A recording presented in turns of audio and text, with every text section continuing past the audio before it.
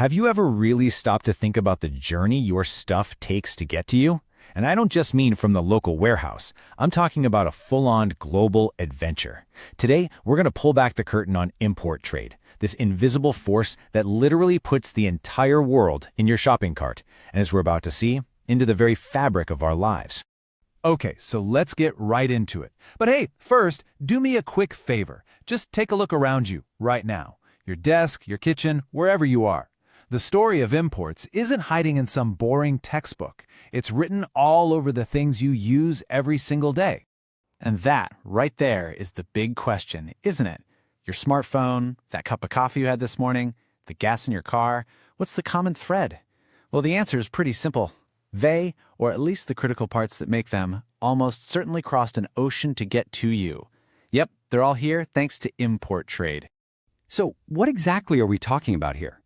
At its core, import trade is actually super simple. It's just the process of buying goods and services from another country to be used right here at home. You can think of it like a giant global marketplace where nations can shop for whatever they need or want. But, and this is where it gets really powerful, importing isn't just about us getting access to cool gadgets or exotic foods.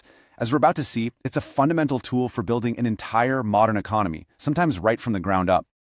Let's kick things off with one of the biggest roles of import trade, fueling national growth. For a lot of developing countries, imports are the essential blueprints and the literal building blocks they need to industrialize and create a booming economy.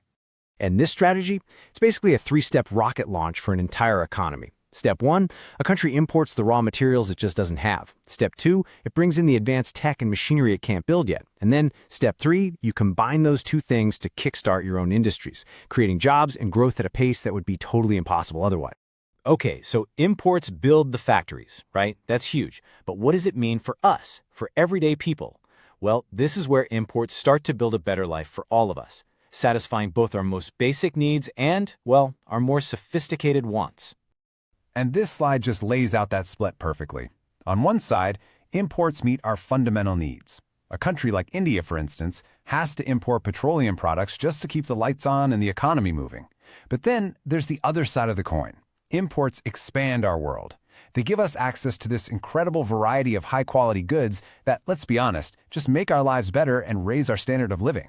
But the story doesn't end there. We've covered building an economy, we've talked about making our lives better, but sometimes imports become something way more fundamental. We're talking about a lifeline. This is where global trade becomes literally a matter of life and death. I mean, just think about it. Imagine a country gets hit by a massive drought or catastrophic floods. Their food supply, gone, wiped out.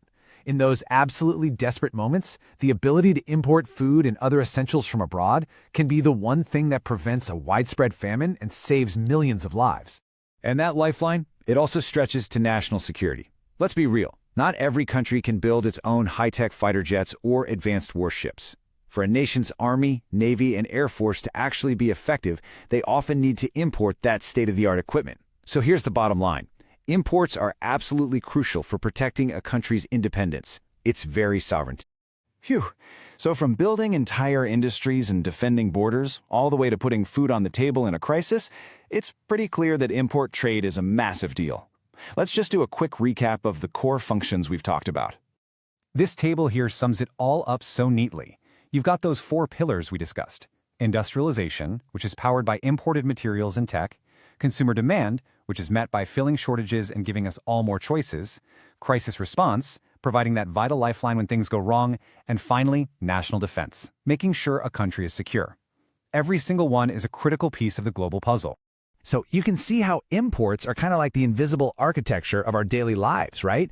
They're quietly shaping our world every single day in ways big and small. It really gets you thinking. So I'll leave you with this question. If you had to give up just one imported item you use every day, what would you choose? And what would your day even look like without it?